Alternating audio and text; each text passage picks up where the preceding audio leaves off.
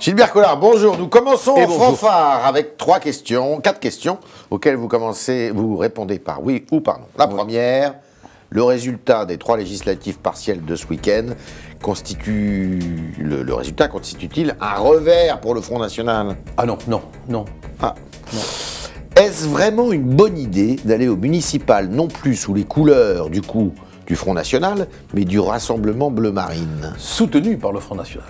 Oui, bon. Je pense que oui. D'accord. S'il se présente à Marseille, Bernard Tapie a-t-il une chance d'y gagner précisément les municipales? Non. Usé. Usé. L'homme est usé.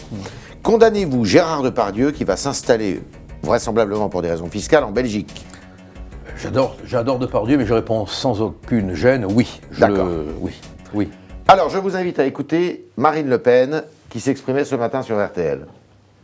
C'est qu'ils arrivent, en tant que sortants, à mobiliser plus un électorat qui est un électorat captif, fidélisé par l'intermédiaire du mandat qu'ils ont obtenu. Tout cela conforte en réalité, j'espère que l'ensemble des cadres de mon propre mouvement vont comprendre la raison pour laquelle je suis aussi attaché à offrir au mouvement une implantation locale. C'est la raison pour laquelle je plaide pour qu'au municipal, eh bien, nous ayons le plus de candidats possible, que nous ayons le plus de conseillers municipaux possible, que nous ayons le plus de maires possible. Maintenant, je suis désolé, je ne ferai pas grise mine ce matin. Non, Elle a raison, Marine Le Pen. Ah, tout à fait. Bon. Et si elle n'avait pas raison, je le dirais, et elle accepterait tout à fait que je le dise. Mais oui. alors, vous allez pouvoir trouver tout ce monde-là, pour se présenter? Oui. On n'aura pas de difficulté à trouver des candidats. Des bons candidats? Des bons candidats, de toute façon, ils seront sélectionnés. Il faut qu'ils soient acceptés, et je peux vous dire que tape à la porte des gens de qualité. Et vous voulez être présent dans combien? Bon, il y a 36 000 communes en France. Il faut être présent où? Il faut être présent dans toutes les grandes communes. Grandes communes. Et puis, bon, par exemple, dans le Gard, qui est mon département, moi je compte dans la 2e circonscription qui est la mienne, c'est-à-dire Vauvert, Saint-Gilles, Émargues, Aigues-Mortes, le Gros-du-Roi, etc. Bon, je compte présenter des candidats partout. Il faut être là, et elle a raison, Marine. D'accord. Il faut que nous ayons une assise locale, municipale. Bon, alors vous me dites que c'est pas un revers. Je suis désolé, moi, France Jamais, qui faisait beaucoup de battage, y compris sur Internet, on pensait qu'elle serait au 2e tour dans l'Hérault. Non, mais c'est pas un revers, parce que d'abord mathématiquement, elle progresse. Ouais. Bon, ensuite, elle se bat contre des notables qui ont une assise, ce qu'elle n'avait pas, qui ont une implantation, ce qu'elle n'avait pas. C'était pas sa circonscription d'origine. Ce n'était pas sa circonscription d'origine, il faut quand même le rappeler. Bon, alors ce qui est intéressant quand même, c'est de voir que le PS s'effondre. Oui. Et l'UMP gagne sans être l'UMP. Ce qui est quand même paradoxal et intéressant à analyser, puisque les candidats se sont avancés masqués. Ils n'ont pas fait venir les grands leaders, ils ne se sont même pas, je crois, sur les essayez de vous tracts. consoler comme vous pouvez, quoi. Non, moi je me console toujours comme je peux, comme tous les êtres humains. Mais là, je ne crois pas que j'ai besoin de mandoline. Alors, il y a peut-être quand même une chose, pour être tout à fait sérieux, qui prouve que ces élections prouvent qu'il n'y a pas autant de porosité que ça entre l'UMP et le Front National. Non, on ne peut, encore une fois, il faut faire de la science politique exacte. On ne peut pas, sur le fondement de 3 élections, avec des candidats enracinés, qui dans le cas par exemple de l'Hérault, avaient déjà fait campagne, établir une analyse globale, ça n'est pas possible. Moi je pense qu'il y a porosité. Et je pense qu'elle va se manifester au municipal. Mais que sur des cas très précis comme ces 3 élections, la porosité ne pouvait pas encore s'exprimer. Pourtant, si on prend les programmes des uns et des autres, je parle du programme général, Front National et UMP. Mais oui, si on prend sur l'Europe, on ne pense pas la même chose. Sur l'immigration même, on ne pense pas la même chose. Sur l'économie, alors là, c'est le jour et la nuit. C'est pas du tout les mêmes idées.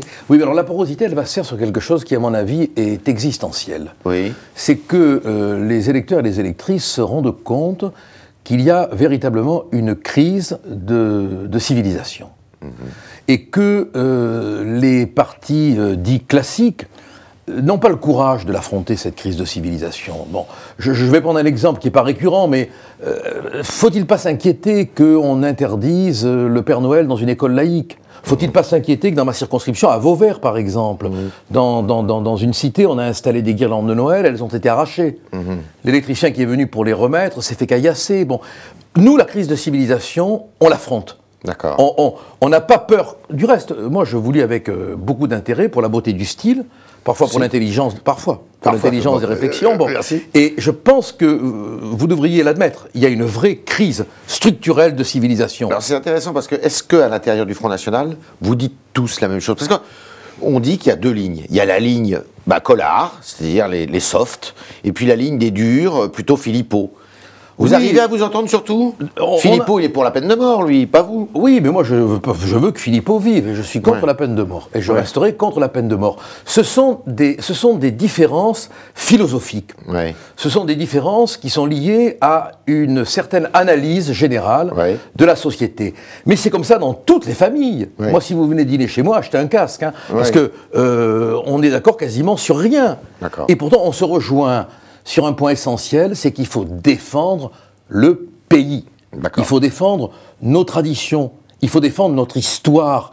Il faut défendre l'enracinement qui fait que nous sommes de France avec tous les Français, d'où qu'ils viennent. Qu'on soit bien clair sur ce point. Bon, alors, Marine Le Pen ne sera pas députée, au moins pour cette mandature. Le Conseil constitutionnel n'a pas annulé l'élection d'Hénin Beaumont. Ce qui est surprenant. Vous êtes comme elle, vous en voulez à Jean-Louis Debré? Bon, je n'ai pas. Moi, écoutez, moi, je suis un républicain, donc je n'ai pas à en vouloir à un magistrat, entre guillemets, mais j'en veux au mode de désignation du Conseil constitutionnel. Bon, on est quasiment la seule démocratie où ce sont les VRP des partis politiques qui jugent de la constitutionnalité. Ça n'est quand même pas tout à fait normal, de la même manière que le mode de représentation n'est pas normal. Plus de 6 millions d'électeurs, 2 députés, un ostracisme contre nous qui est de moins en moins virulent, mais qui est quand même très prégnant. On fait tout ce qu'on peut pour nous éliminer. Mais vous ne pouvez pas imaginer la haine qu'il y a à nos trousses. À l'intérieur même de l'Assemblée nationale, au Palais Bourbon. Non, moi je serais malhonnête. Non. Ce serait dégueulasse de ma part de le dire. Non, moi j'ai eu un très bon accueil. J'ai été reçu avec courtoisie. À la commission des lois où je travaille, le président est parfaitement objectif. Je m'exprime comme je veux. J'ai rien à dire là-dessus. Non. 2 petites questions pour terminer. On a appris que le président de la République avait écrit au tribunal de Paris pour soutenir sa compagne, qui est en procès contre un journaliste pour un livre qui s'appelle La Frondeuse, qu'elle estime diffamatoire. Vous trouvez ça normal? Ah non, c'est scandaleux. Vous direz avocat. Moi, je pense que la séparation des pouvoirs dans ce pays n'est pas respectée. Bon, l'évocation du Conseil constitutionnel le démontre.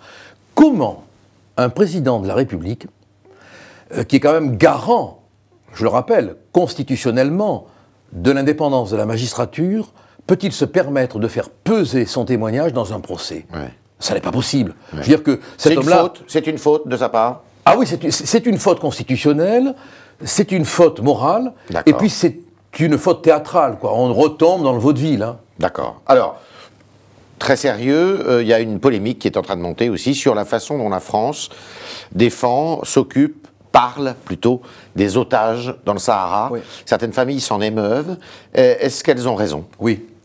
On n'en parle pas assez. On n'en parle pas assez. Si vous voulez, il y a ça aussi, ça fait partie des tensions de notre société qui sont insupportables. Bon, il y a les otages médiatiques. Et puis il y a les otages qui ne le sont pas. Voilà. Quand un otage est rentable, on s'en occupe. Quand il est journaliste, en gros. Oui, quand il est journaliste, oui, parce que vous avez la chance d'appartenir à une profession qui peut faire ou défaire les réputations. Bon, du reste, un jour, il faudra quand même qu'on se pose aussi la question d'un CSA pour les journalistes de la presse écrite. Hein. Bon, je veux dire, c'est pas parce que Mussolini a créé le premier conseil de l'ordre des journalistes qu'il faut considérer qu'il y a une immunité à perte de vue. Bon, il y a les otages rentables. Hein, ceux qui permettent de dire regardez comme on est beau et de se faire de l'écoute, hein, et puis ceux qu'on oublie parce que finalement ils pèsent aucun poids médiatique. D'accord. Gilbert Collard, merci et bonne journée.